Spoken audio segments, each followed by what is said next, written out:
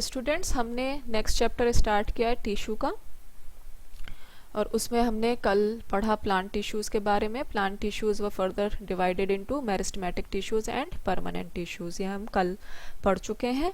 तो अब हम डिटेल में मेरिस्टेमेटिक टिश्यूज़ के बारे में पढ़ते हैं आज. अगर आपको याद हो तो मेरिस्टेमेटिक टिश्यूज़ कहाँ पे मिलते थे? They were found in the regions where growth of the plant takes place. तो ज़्यादातर जो मेरिस्टेमेटिक टिश्यू है वो हमेशा आपका टिप, रूट के टिप पे, स्टेम के टिप पे और ब्रांचेस के टिप्स पे मिलेगा. जैसा कि आपने ऑब्जर्व किया होगा कि प्लांट जो है हमेशा अपने टिप से ज़्यादा ग्रोथ करता है, इजंट इट? जो उसका फार एंड होता है, स्टेम का फार एंड होगा, रूट का फार एंड जो होगा, ब्रांचेस का फार एंड जो होगा, वहाँ पे उसकी ग्रोथ होना ज़्यादा शुरू होती है. वो हमेशा ग्रोथ वहीं से शुरू करता है.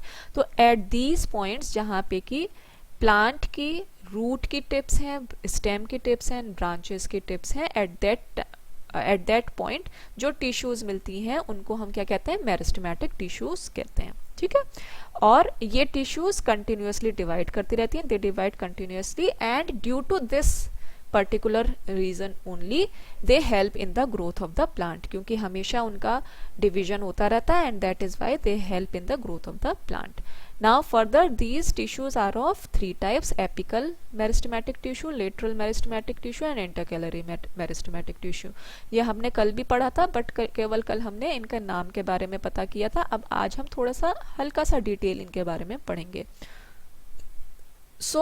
What are apical meristematic tissues? ये कहाँ पे प्रेजेंट होती हैं? ये हमेशा आपके स्टेम और रूट्स की टिप पे प्रेजेंट होती हैं. एपिकल मेरिस्टेमेटिक टिश्यू मतलब कि एपेक्स पे प्रेजेंट होंगी, ये एंड पे, फारदेस्ट एंड पे प्रेजेंट होंगी और स्टेम को इलोंगेट करने में या ग्रोथ करने में हेल्प करेंगी, या रूट्स को ग्रो करने में या इलोंगेट करने में हेल्प करेंगी. ठीक है, लंबाई में. Okay, so they help in the growth of the stems and roots.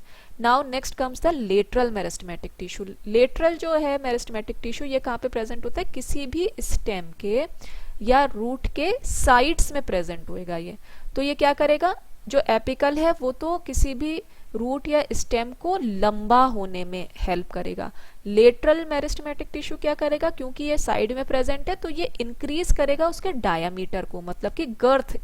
Technically it is known as it increases the girth of the stems and the roots, मतलब कि मोटाई को या डायामीटर को इंक्रीज करेगा किसी भी प्लांट के स्टेम और रूट को, या जो भी ग्रोथ आपके डायामीटर वाइज हो रही है प्लांट में, चौड़ा जैसे जिस हिसाब से वो हो रहा है, वो किस वजह से हो रहा है? वो लेटरल मेरिस्टेमेटिक टिश्यूज की प्रेजेंस की वजह से हो रहा है. Okay, now about intercalary meristematic tissues. ये कहाँ पे प्रेजेंट होती है? अब आपने देखा होगा कि प्लांट्स में जहाँ पे भी स्टेम में लीव्स आना शुरू करते हैं, होती हैं, उस पोजीशन को हम क्या कहते हैं?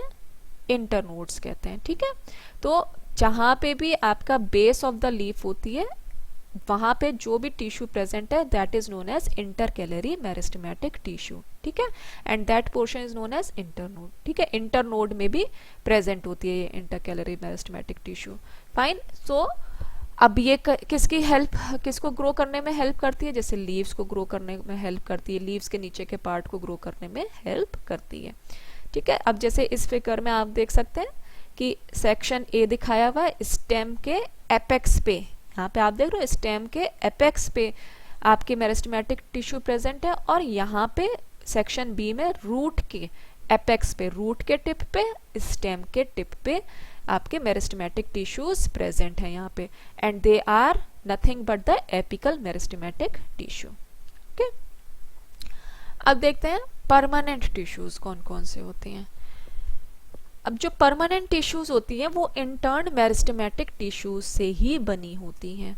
ठीक है, परमानेंट टिश्यू और मेरिस्टेमेटिक टिश्यू के बीच का डिफरेंस क्या था? अगर आपको याद हो तो मेरिस्टेमेटिक टिश्यूज हमेशा कंटिन्यूसली डिवाइड होती चली जाती हैं, but permanent tissues they never divide, they do not divide. उनका एक परमानेंट शेप और साइज होता है. ठीक है, they differentiate into different types of permanent tissues. Permanent tissues are of two main types. They are simple permanent tissues and complex permanent tissues.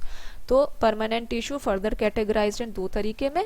उनको हम क्या बोलते हैं? सिंपल टिश्यूज बोलते हैं और एक कॉम्प्लेक्स परमानेंट टिश्यूज बोलते हैं. ओके, तो आपको समझ में आया, दो टाइप की टिश्यूज प्लांट में, मेरिस्टेमेटिक टिश्यूज और परमानेंट टिश्यूज। मेरिस्टेमेटिक टिश्यूज कौन सी हुई, जो कि डिवाइड करती हैं, जो कि ग्रोथ में हेल्प करती हैं। परमानेंट टिश्यूज कौन सी होगी, जो कि डिवाइड नहीं करती हैं, दे डू नॉट डिवाइड, वो किसी भी प्लांट को जो है एक परमानेंट शेप और साइज देती हैं। ठीक है, परमानेंट टिश्यूज जो है वो फर्दर दो टाइप्स में डिवाइड हो जाती हैं, simple permanent tissue and complex permanent tissue. Now let us study about them one by one. Important है बेटा, ये कई बार ये क्वेश्चन पूछा जाता है पैरेन्काइमा, कोलेनकाइमा एंड स्क्लेरेन्काइमा के बारे में। So now let us study about them. तो सिंपल परमानेंट टिश्यू एक टाइप की ही सेल से बने होते हैं, they are made up of only one type of cell. They are of three types, parenchyma, collenchyma and sclerenchyma. Now parenchyma, parenchyma consists of loosely packed thin walled cells having more intercellular spaces। अब parenchyma tissue में जो sales होती हैं वो कैसी होती हैं, उनकी वॉल्स थिन होती हैं, लूजली पैक्ड होती हैं और इनके बीच में इंटरसेलुलर स्पेस होता है। इंटरसेलुलर स्पेस का मतलब जो अगर दो सेल्स हैं तो उनके बीच में कुछ स्पेस प्रेजेंट होगा। ठीक है, क्योंकि they are loosely packed and they are thin walled cells. तो इम्पॉर्टेंट थिंग्स यहाँ पे क्या क्या है, एक तो they are thin walled, they are loosely packed and they are having more intercellular space. Now let us study further. Some parenchyma cells in leaves contain chloroplast and prepare food by photosynthesis. Some parenchyma cells have large air cavities which help the plant to float on water. तो अब parenchyma भी कई तरीके की हो जाती हैं। अगर पैरेन्काइमा सेल्स लीव्स में प्रेजेंट हैं और उनमें अगर क्लोरोप्लास्ट प्रेजेंट है तो वो क्या करती हैं, हेल्प करती हैं फोटोसिंथेसिस में। कुछ पैरेन्काइमा सेल्स ऐसी होती हैं जो कि एक्वेटिक प्लांट्स में प्रेजेंट होती हैं, तो उनमें लार्ज एयर कैविटीज होती हैं। अब लार्ज एयर कैविटीज की वजह से वो उस एक्वेटिक प्लांट को पानी में फ्लोट होने में हेल्प करती हैं।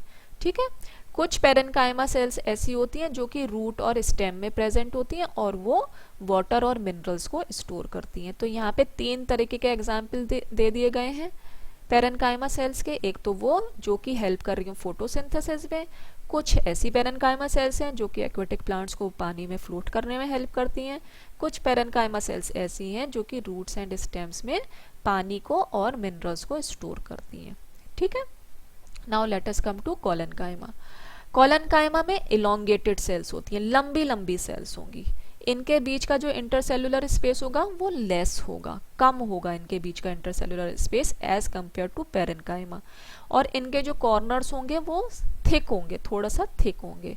They give flexibility and allows easy bending of different parts like stem, leaf etcetera. तो कोलेनकाइमा का क्या काम है, ये किसी भी प्लांट को फ्लेक्सिबिलिटी प्रदान करता है और इसकी वजह से जो प्लांट है वो इजीली बेंड हो जाता है। ठीक है, उस प्लांट के डिफरेंट पार्ट्स जो है स्टेम, लीफ, वो इजीली बेंड हो जाते हैं। अब आपने देखा होगा कि ये जब आंधी वगैरह आती है तो जो छोटे छोटे से प्लांट्स होते हैं वो थोड़ा सा टेढ़े हो जाते हैं, थोड़ी देर बाद अगर आप एक दिन बाद देखोगे तो वो वापस से सीधे हो जाते हैं, है ना। तो वो क्या है वहां पे at that time what is happening, the cells of the plant या tissues of the plant which come under colenchyma, they provides flexibility to that particular plant and allows the easy bending of different parts like stem and leaf. Okay, and they provide mechanical support to the plant. Plant को mechanical support, strength provide करता है colenchyma. Fine. Next comes sclerenchyma. Sclerenchyma कैसी sales होती हैं, पतली, narrow, long, dead cells होती हैं। इनकी जो वॉल्स होती हैं बहुत ज़्यादा थिक होती हैं, they have thick walled cells. Then क्यों होती हैं, क्योंकि लिग्निन नाम का एक केमिकल प्रेजेंट होता है। इनकी सेल वॉल पे कौन सा केमिकल सब्सटेंस प्रेजेंट होता है, लिग्निन। इंपॉर्टेंट है ये, लिग्निन प्रेजेंट होता है जो कि एक सीमेंट की तरह काम करता है और उनको हार्डनेस प्रोवाइड करता है प्लांट टिश्यू को, प्लांट को। ठीक है, तो दिस प्रोवाइड, स्क्लेरेन्काइमा का क्या काम है, ये स्ट्रेंथ प्रोवाइड करता है प्लांट को, हार्डनेस प्रोवाइड करता है प्लांट को। ओके, तो जैसा कि हमने पहले पढ़ा था कि जो टिश्यूज होती हैं वो स्पेसिफिक फंक्शंस परफॉर्म करती हैं, चाहे वो हम अपनी बॉडी में देखें, ह्यूमंस, एनिमल्स अपनी बॉडी में देखें हम लोग, या प्लांट्स की बॉडी में देखें। तो अब आप जैसे क्लियरली यहाँ पे देख पा रहे हो कि जैसे पहले था मेरिस्टेमेटिक टिश्यू, वो ग्रोथ में हेल्प करती थी प्लांट्स को, है ना। मेरिस्टेमेटिक टिश्यूज के भी फर्दर कुछ कुछ कुछ टाइप्स हुए।